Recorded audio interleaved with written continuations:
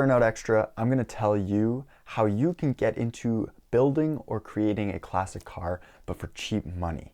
One of the big worries nowadays is that it costs too much to get into it, or projects are just too expensive, which parts can absolutely be a lot of money. But this is my kind of proof that you can get into it at a young age or not a lot of money up front.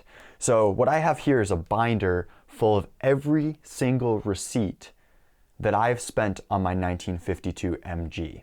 Now there's a couple things I definitely want to go over beforehand, and that is it's a kit car. When you first start off, you definitely don't want to restore completely or try to have that picture that your car is going to be in immaculate shape. When you watch TV shows, there's really perfection and expertise that are put into those cars. And when you're starting out working on it yourself, there's not a lot of that. And so you kind of have to get used to having this hacked together car.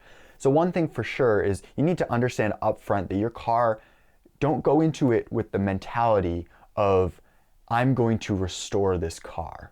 Go into it with the mentality of, I just want to be able to drive it, or I'm trying to get it on the roads. Because that's exactly what I did with my MG, and I promise you, that MG gets more looks than a majority of the old classic cars I see out on the road. To back up a little bit, my MG is a 1952 MG. The actual body panels are made by a company called Fiberfab. It sits on top of a 1974 Volkswagen Beetle chassis.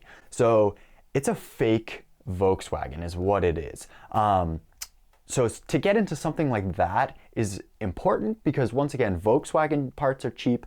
MG parts can be a little expensive, but I didn't need a ton of them because I already had all the body panels and it was a kit car. So from the start, nothing was going to be original on this car, and I knew that right away. Like I said, I have all the receipts in this binder, down to what I paid for the car, how much I paid for all the paperwork and to license it, everything.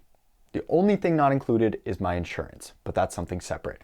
So I have an Excel sheet pulled up, and I'm going to start typing in the numbers and then tell you the total of what I spent on my 1952 MG.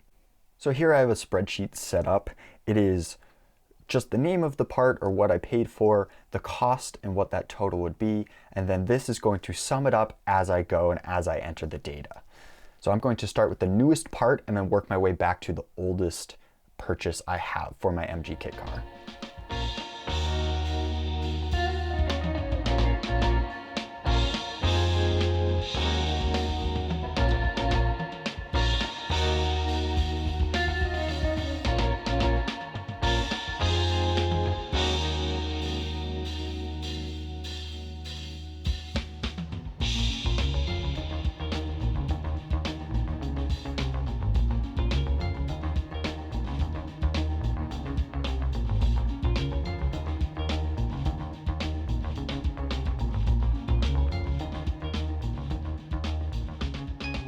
Okay, so as mentioned before, my MG is a kit car, and I actually bought it on Craigslist. Now, the original price I paid for the kit car was $1,700, which really isn't that much to start as a car.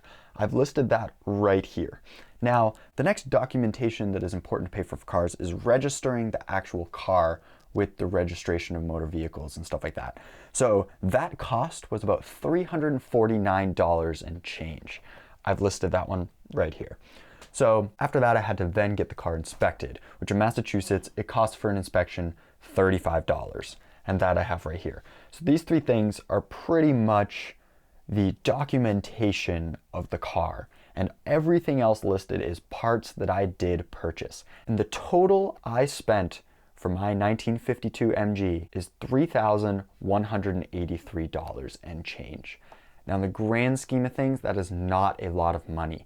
We're talking about a car that gets a ton of looks and is a super fun car to drive. The MG is not this car that is $100,000 and you can't scratch the paint and all it's made is to be a head turner where the tires cost $300 each. That's not what this car is. But I guarantee you the looks I get in my 1952 MG are just as much as any other car. And it's awesome to have people come and look at it. And yeah, there's tons of little faults or things that aren't great within the car that I did.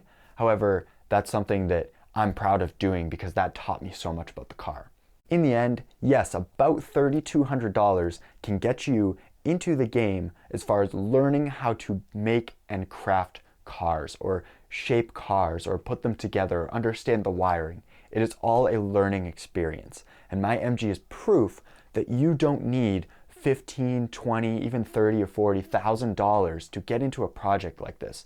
Start searching on Craigslist, get your hands dirty, buy some tools secondhand at yard sales and stuff, and you can make a car that can run and drive for around $3 to $4 grand. Doesn't have to be the nicest car, but to you, it will be one of the greatest prized possessions and one of the greatest experiences you've ever done if you are truly into classic cars. Thanks for tuning in to this Burnout Extra. If you want to see more extras like this or go over the finances of the cars and things we do, I would absolutely be willing. Please leave comments down in the description.